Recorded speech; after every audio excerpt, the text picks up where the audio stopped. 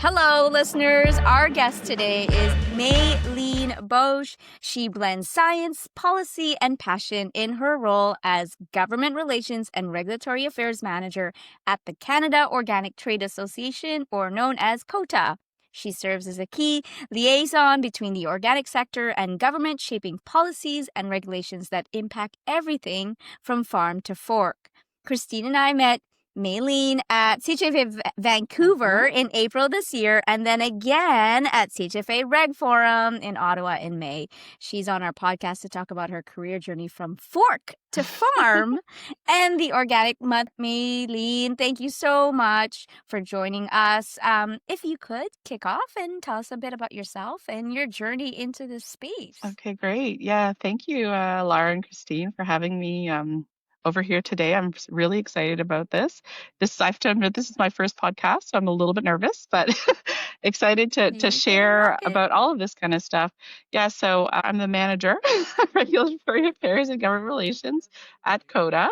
And I started this position almost 3 years ago, this October actually. And my journey is a little bit different probably than a lot who have come through organic in this space. I actually started in the conventional sector.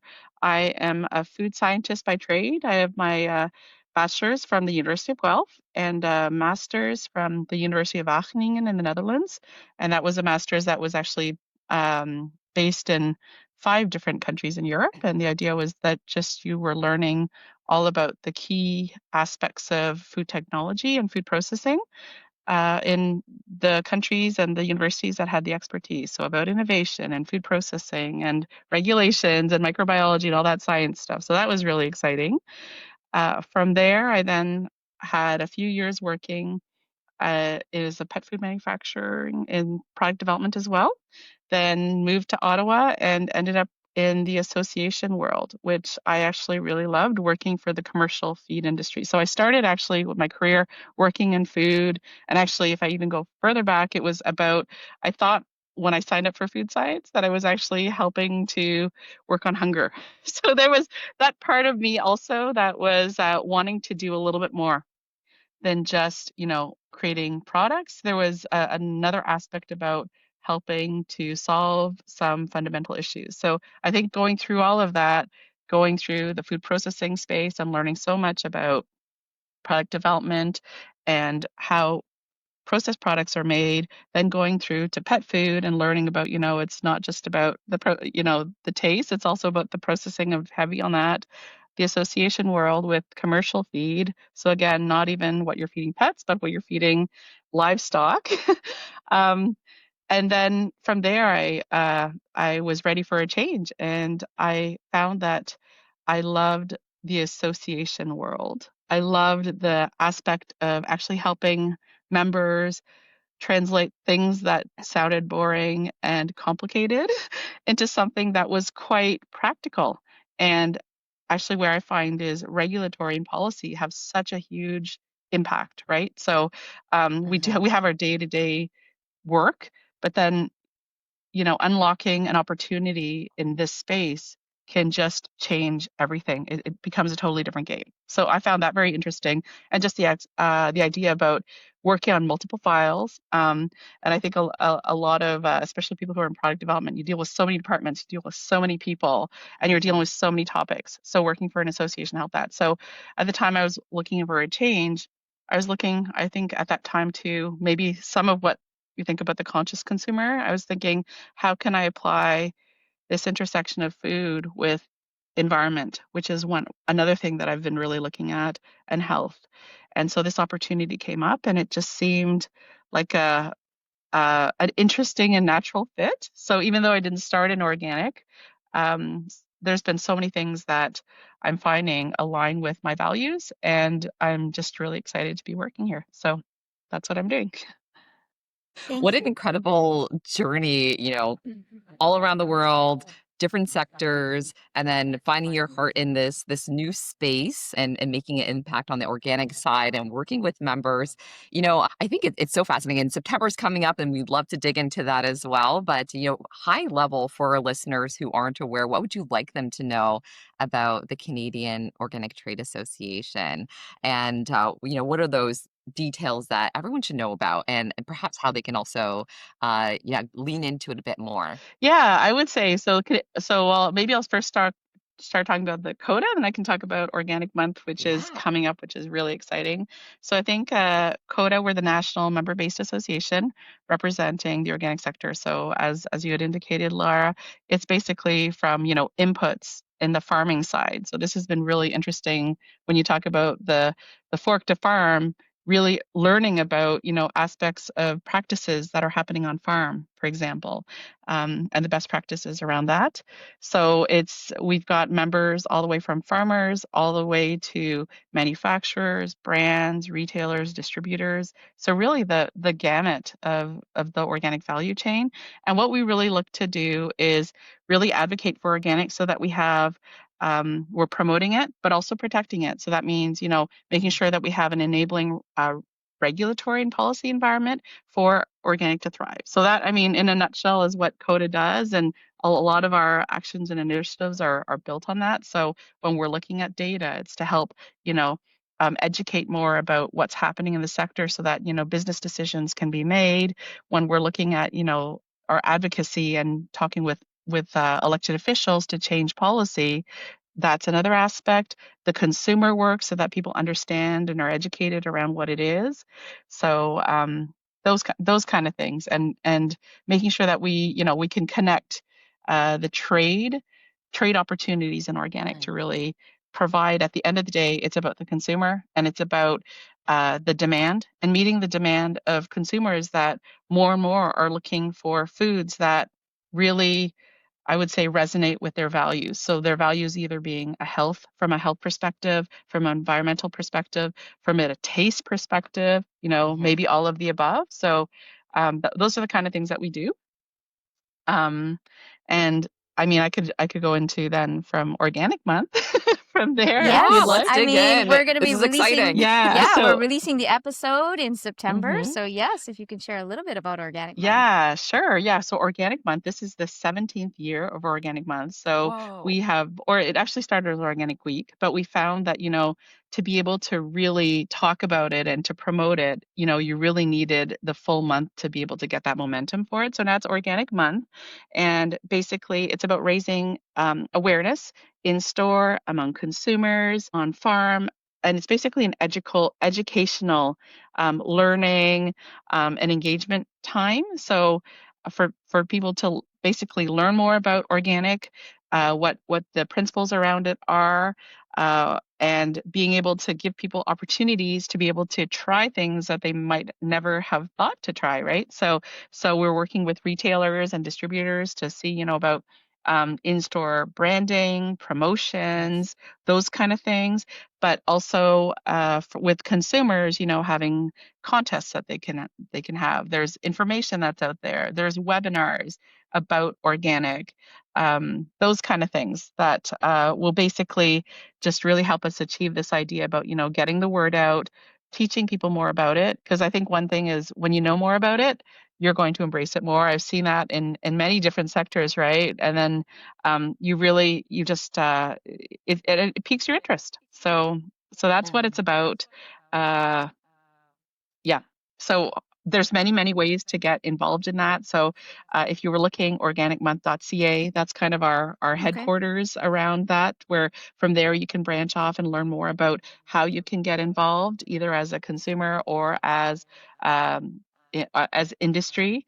Um, and yeah, so many fun things that you can do. So I mean, we would even encourage, not just about learning, but trying, even going out and Mhm. maybe hosting a dinner. Maybe you go out and you try a new organic product, right? Or and Christine, I have honestly, an yeah, idea. there's so many. There's I Yeah. so think many. so. And I mean, it is exciting, because even when we talk about organic, it's no longer, I would say, probably if you talk 20 years ago, a lot of it was just your fruits and vegetables. And of course, that's really important, Mm-hmm. and that's there. But I mean, that scope of the products available in the organic space has really it's really, really grown. Yeah. So I think that that's a possibility. I'm just pulling on one of my stats here. So since Yeah. 2017, over 11,000 new packaged goods have come into market for organic. So that's a 273% unit growth. So when you think about it, Ooh. there's many options that are Wow. out there. So we see that you see that in the health space, but you definitely see it in the organic Uh-huh. space too, right? And so there is almost an alternative or an offering in an organic, format for many of the foods that we consume every day. From a market share perspective, the Canadian industry, it approximately $9 billion. It is still growing, so maybe not the same really high double-digit growth we've seen in the last, decade, but Mm. still growing. And when you consider inflationary pressures and everything that's happening right now, Uh-huh. it is amazing. So the latest stats I have is so in 2023, the market was $9 billion in Canada. In 2024, it's 9.65 billion. So a modest but still an increase. And of that number, 80% of it is food and beverage. So Wow. $7.77 billion in Canada on organic. And if you look at even the potential and where we're getting all of this, it's a $200 billion industry globally. So it is really Wow. exciting. Lots of opportunities to really go out and try things and get out there. Uh-huh. And the packaged goods again is about 3.4% market share, but by for sure the bulk the biggest category in organic is your fruits and vegetables, which makes a lot of sense. Okay. But again, as I was saying, many product offerings out there. So Oh, so Yeah, that's exciting. so interesting. Yeah, thanks for sharing some of those stats with us, and that's interesting. So you said 11,000 new packaged products, so 273% increase, and that's That's in a lot. Canada. That's across the country. yes. Um, do you see a rise in specific categories on the organic foods, food like the packaged food front? Um, I think I'm going to have to hold off on that one. I don't have the Okay, stats okay, right in my head, but typically we do have a presentation during Organic Month where we Oh, amazing. present Okay, the latest data okay. around that kind of stuff. And we have had some great. we had a big data project in the last year where we went through that kind of stuff as well. So look forward to Okay, that, and I'll see if I can pull some additional stats on some of those Yeah. categories for yeah, that's you. so interesting. Yeah, maybe that we could share separately. Great. I Thank really you so love it much. when associations lean hard on data and Uh-huh. sharing data with their membership or even with consumers. It really makes understanding the facts even more. I can trust it, right? Because I'm a big data nerd. Absolutely. I really want to hear that. Yes, absolutely. Yeah, and I would say, in the data front, COTA actually leads on a lot of organic data. So globally, Nice. there's a publication that is that publishes basically organic statistics on agriculture, on trade, Oh, on cool. basically markets Great. around the world. And so they have this big publication where they have that, and they actually come to COTA, and we provide the Canadian data for it. So it's one of those areas where it's there's less data from that's being published by the government, and industry is stepping in and pulling a lot of the data that's out there and publishing it on behalf of Canada to be able to provide this. So That's great. And for those That's that are great. attending CHFA in Toronto, September 20 to 20, wait, September 20 to 22. I'm going to screw up these dates again. We'll put in the notes. We'll put I'll in the put them in notes. the notes. There will be a booth, and Maylene, yes, you'll be there, right? You'll be at the booth. So absolutely. if anyone has I'll be questions. there, and a lot of our team will actually be there because Oh, it's such a great. great opportunity or to be able to talk about organic and to share it, and Yeah. with CHFA being such a big trade show, and organic being a big part of it as well. So yeah, we'll be there, and we actually have a session on organic as well Oh, that's Oh, linking, really? yeah, organic and health actually. So that's another oh, thing that's great. coming up is so I think often in the past we talk about organic and environment, and I would say Uh-huh. initially the movement of organic historically has come through health. We had actually visited the Rodale Institute as a team. Yeah, it Oh, was pretty cool. amazing team building. last year, and just going back to, the founders and their home and Yeah. learning Yeah. why they got into organic. And it really was about health. And the premise of organic has always been health. And I would say, um, we maybe don't hear as much about it now. People just know that it's healthy, but there's more and more Mhm. science that's coming out around those interconnections. And just like the Royal Dale Institute had a 40-year study comparing, the environmental impact of conventional and organic agriculture. They're starting to produce more. They've got now a longer term study that's working on the impacts of health and organic, and some of the micronutrients and all of those kind of things, and how did they, how growing um, crops and plants, Mhm. in organic soil, and where, biodiversity and the soil health and everything, and building that all up through that organic management, is actually translating to what the plant uptakes, right? And then in Mhm. turn, what you eat. So it's very, very interesting. So more studies Mhm. coming up, but there will be some Great. some more on that actually in a session at the CHFA Okay. as well. So look out for that. Okay. Ooh, Amazing. looking So, forward to that. Absolutely. yeah. Thanks for sharing that. Outside of September, Yes. or Organic Month, are there any other exciting initiatives as we close out 2025? I can't believe it's almost I over know. that you'd love to share. Oh yeah, absolutely. So, in on November 3rd and 4th, we actually are having our flagship event of COTA. So it's our Organic Summit and Parliament Day. So Organic Summit is basically an opportunity where you have leaders, organic leaders, just come together and talk about the issues that are basically shaping our industry. And it's only organic. The topics, we've got speakers from around the world, from Europe, the US, across Canada, etc., talking about topics that are of interest, about market, about um, different topics as well. And that's happening November 3rd. It's open to the public. There's also an opportunity to join online if you're not able to make it. But of course, Oh, in cool. person is always, I find Yeah. these things are the best because you actually are talking to, a lot of leaders, a lot of um, you know, thought movers and thinkers, and just Mhm. being able to talk about those things. And then actually, after the organic summit, the evening ends with a parliamentary reception where, yeah, it's actually really great. And so we That's cool. invite a number of senators and MPs, and we basically are celebrating organic. It's not as much of an advocacy. It's more about, we've got some great organic food, and organic food's always delicious here. Or anyway, the ones that we serve for sure. Um, and yeah, we just basically talk, and it's a chance for them Yeah. to know, more of our members, and those who are attending the conference. And then the following day, so November 4th, is our Organic Parliament Day, and that's a situation where COTA actually schedules meetings with parliamentarians and members of our industry, to then go in and talk about some of the priorities and what we would like to do to be able to grow and develop it, and what policy and regulatory changes we would like to Hmm. see. So it's kind of putting it all together. It's exciting. We've been doing it for many years. So it's got the, day one is about the learning and just, the celebration part. And that's open to everyone. And then the second day is really, members who really want to get in there and really want to be able to take their voice and, their passion, and tell their story. So that's September or November 3rd and 4th.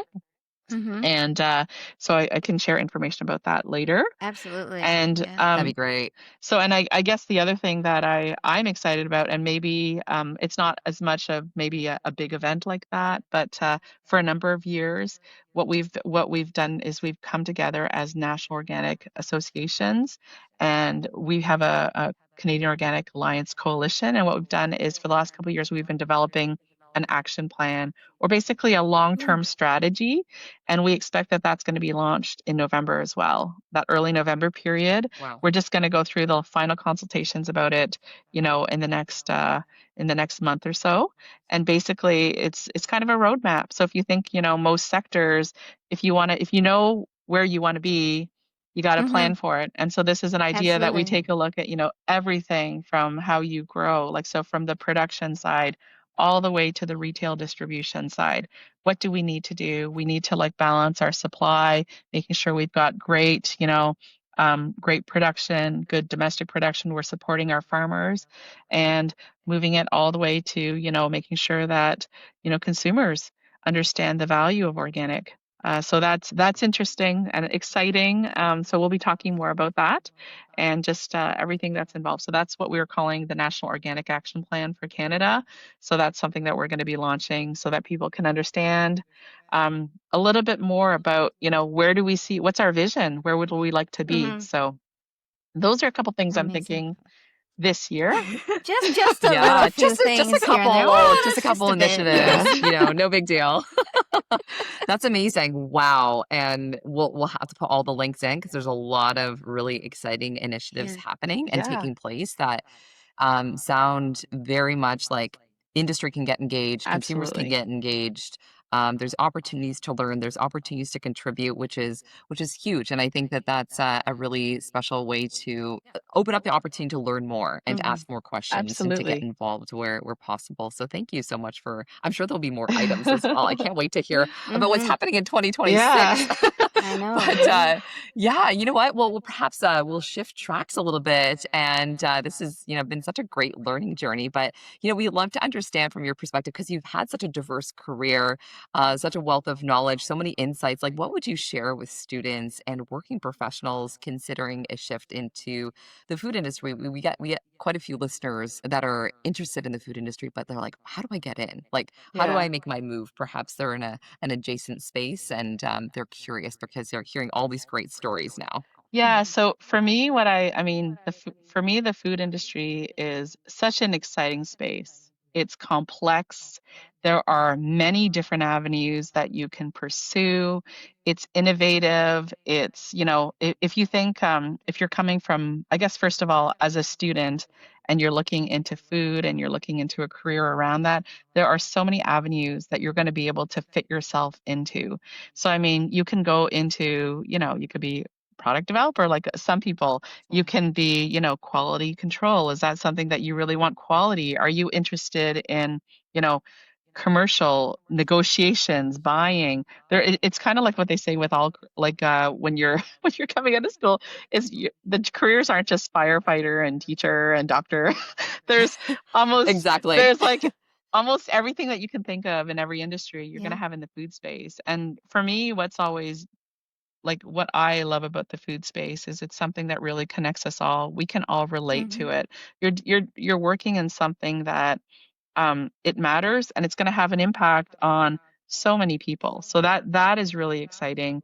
And there's many areas where there, as I said, there's long-term things that are happening. But, as I said, like even in food, there's initiatives around sustainability and around even environment. So just because you're in food doesn't mean that that is exclusionary to what you're going to be doing. So for a student perspective, I think there's just so many opportunities from a professional coming from a different career. I would say at the end of the day, food is there's so many aspects as well, but it's also a business. And all of those skills that you Hmm. probably have from your own business, as I said, with every aspect, is going to transfer in some way.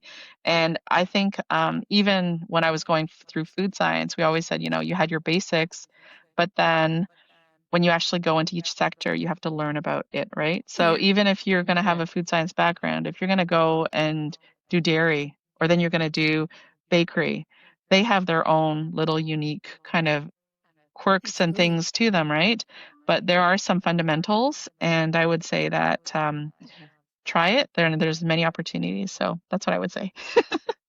Oh, Great. Thank a wealth you. of wisdom. Thank Hmm. you from all your career pivots and I think for me the exciting thing is to hear how you went into policy as a food scientist and I didn't even think about that until, hearing your journey and that there's such a wide variety of options that you can really make an impact in the industry, which is so fascinating to learn.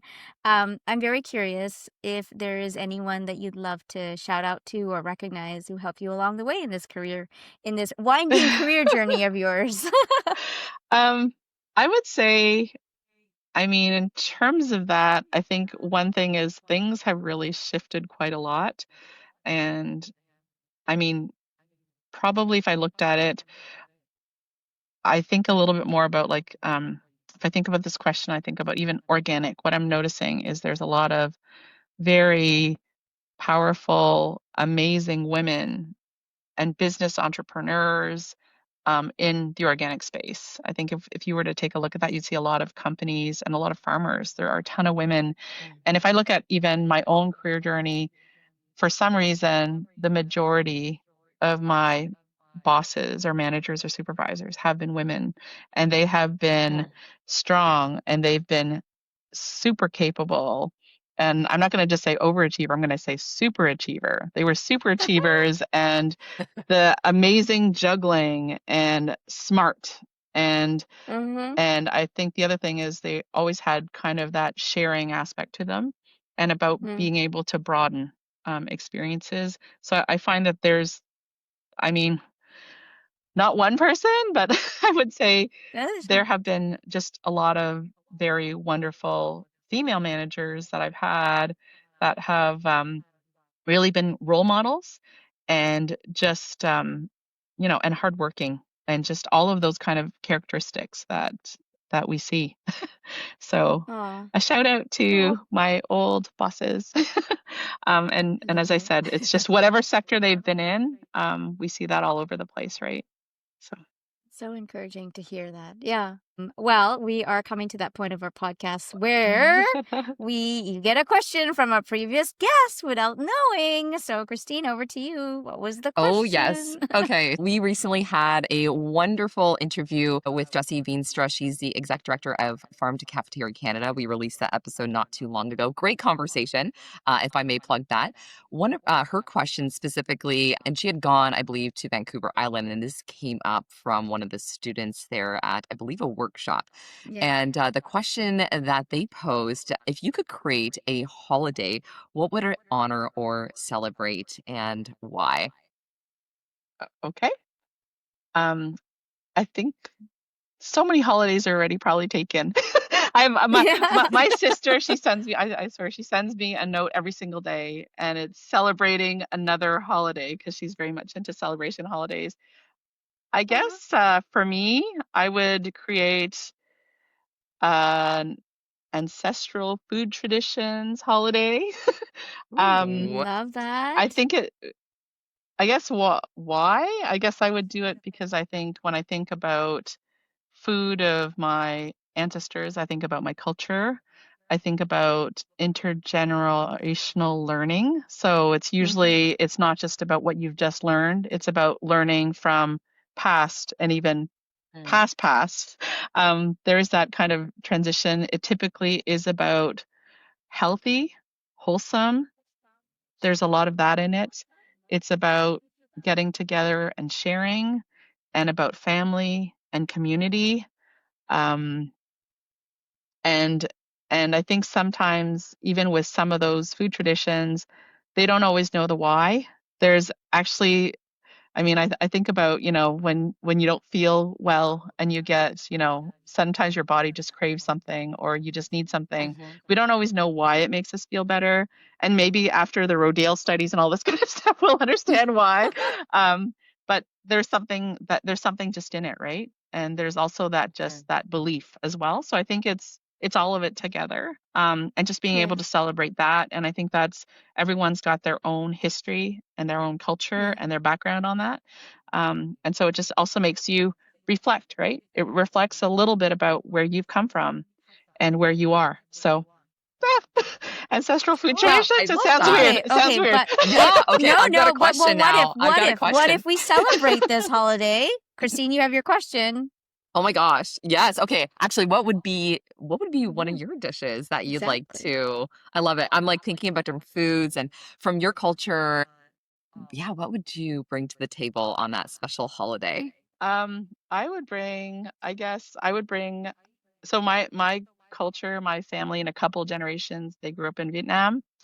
And so a lot of I'm Chinese by origin, but Vietnamese in terms of the food. So one of my favorite dishes. So we had a lot of very hearty stews, and one of them was kind of a seafood crab tomato stew.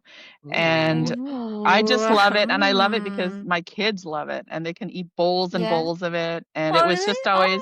it was always one of those things that you could eat very hot. You could spice it up. You could, add a lot of herbs and different things, but it just follows every occasion. And for some reason, there's a lot of tomatoes in it, so there's probably lots of good nutrition. It's got the Yeah. Oh, yeah. protein, it's got the noodles, it's got everything. So, and it's something that, I mean, even though I learned how to do, I'm just starting to learn how to do. Honestly, nothing beats my mom's version. Oh. um, yeah, so Wow. I think maybe that's something I would bring to it. Oh How my about gosh, that sounds Thank you for delicious. oh, sharing. I would Thank you love to for try that. sharing. Yes, we Yes. need to have this happen. I think Maybe at so. our I think so. next in-person get-together, we do an ancestral food tradition holiday. Oh, Yeah. I yeah, love this. yeah. I love it. Well, we are past the the allotted time, but before you go, what question would you like to leave for the next guests on the pod? Okay, so my question is, um, I think there have been in the last few years, there've just been a lot of conversations that have gotten very deep that happen at the dinner table or the lunch table. And again, it comes back to kind of when I think about what happens around food. And we've heard that things have sometimes gotten a little bit hairy in certain topics. I'm curious at the dinner table, what would be the next kind of topic, but food related, that will get people on different sides, with different perspectives and arguing or disagreeing? So, food related topic at the dinner table where you're going to have some, what is it called? Views that Tension, actually, healthy tension, yes, Healthy abrasion? Healthy healthy abrasion? abrasion. yeah, views that don't converge, Oh Yeah. but yeah, related to I love food. it. Because I think in the Ooh. food space, there's a lot going on in the future, right? So I'm Mm. curious, what do you Yeah. think will be that? Oh, that's Oh a gosh, great that's question. so good. I love So that. good. And you know Oh, what? I yeah, think that healthy abrasion, I think about innovation and like the Yes. creative abrasion that kind of hmm stimulates new ideas and thought processes because we don't always have to agree with each other, Nope. right? At all. And I think having those healthy discussions, even if they are opposing views, but at the dinner table around yeah, food, perhaps. yeah. Ooh, I Christine, like it. I'm envisioning a workshop. Maylene. Yes. Maylene, you are so. Oh, Amazing. you're That's a bringing great the question. creativity. Oh, this is awesome. I Okay, dig it. all right, I love Thank it. you. Thank you Thank so much for your time. Honestly, I think we could have a dinner table conversation and still talk This about needs so to many happen. things. Well, thank you so Yeah, much for having me on the show. And again, I feel like I haven't looked at that side of that, more into that food space in a while because my life lately is regulatory and policy. So I really appreciate being able to talk about this and that you've invited me on to talk about Organic Month and talking about food again, which is such a yeah. great topic. Well, we'll Wonderful be seeing topic. you at CHFA in Absolutely. Toronto in just a Yes. few weeks. Yes. See you there soon for sure. See you there. See you Bye. there. Thank Thank you. you. Thank you. Bye. Bye.